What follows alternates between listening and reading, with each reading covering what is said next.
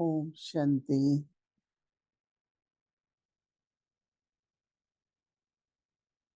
बाबा हम सभी बच्चों को तैयार कर रहे हैं और ये तो शुरू से लेके बाबा कहते थे कि हमेशा ये सोचो जो अंतिम पेपर है या अंतिम क्षण है उसमें क्या स्थिति होनी चाहिए। तो एक बार हम लोगों ने दीदी मनमोहिनी जी से पूछा, योग भट्टी कर रहे थे, सभी बैठे हुए थे, सब हमारी बड़ी दादियां भी थी। तो ये प्रश्न हमने कहा कि बहुत अच्छे अच्छे संकल्प आते हैं योग में जब बैठते हैं सेवा के। तो दीदी ने कहा कि तुमने कहा वो तो आते हैं, हम थोड़ी सोचते हैं।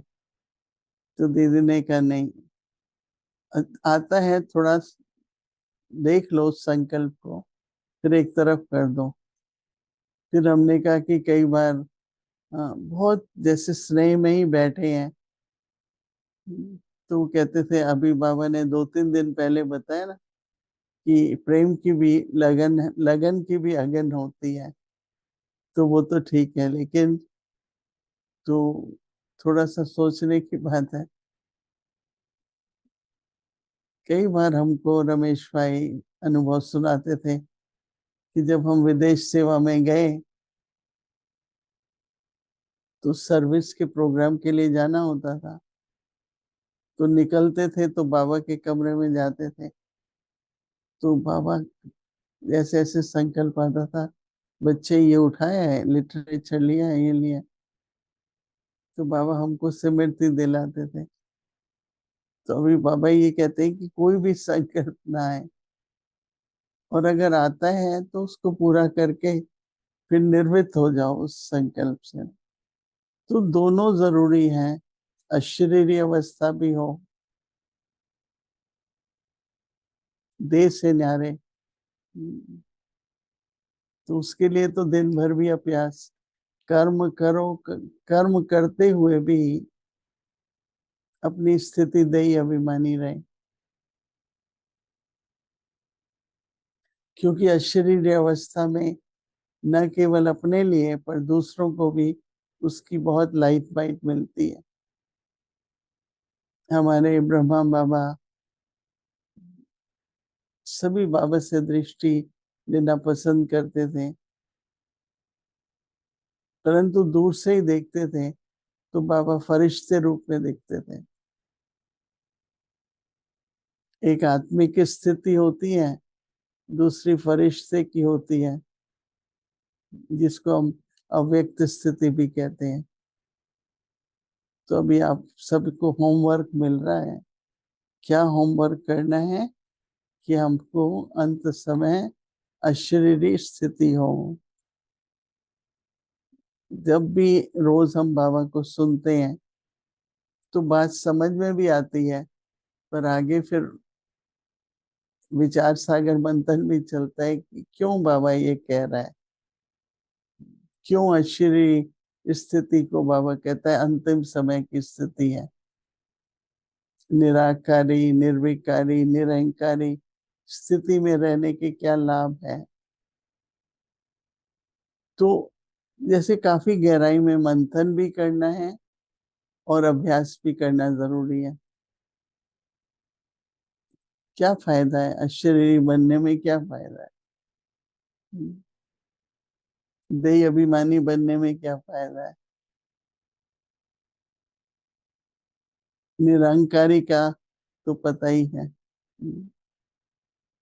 तो एक तरफ जहां तक जितने तक समझ आई है, जितने तक हमारी स्थिति बनी है, अभ्यास हुआ है, उतने तक तो हम सबको अनुभव भी है और मालूम भी है। लेकिन उससे आगे फिर हमें इसी प्रकार की स्थितियों को अभ्यास में लाते हुए, खासकर अमृत वेले कर सकते हैं। रात को जब विश्राम से पहले या शाम के योग में इन सभी प्रकार की स्थितियों पर हमें ध्यान देना बहुत जरूरी है। ओम शांति।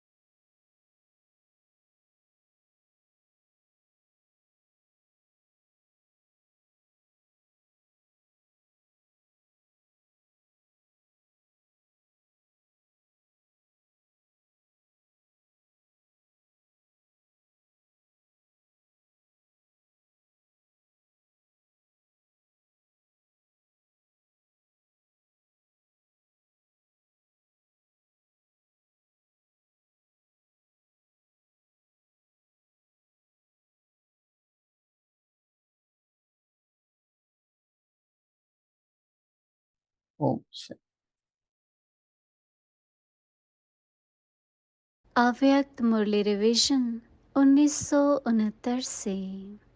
ज्ञान के रतन और स्नेह के मोती।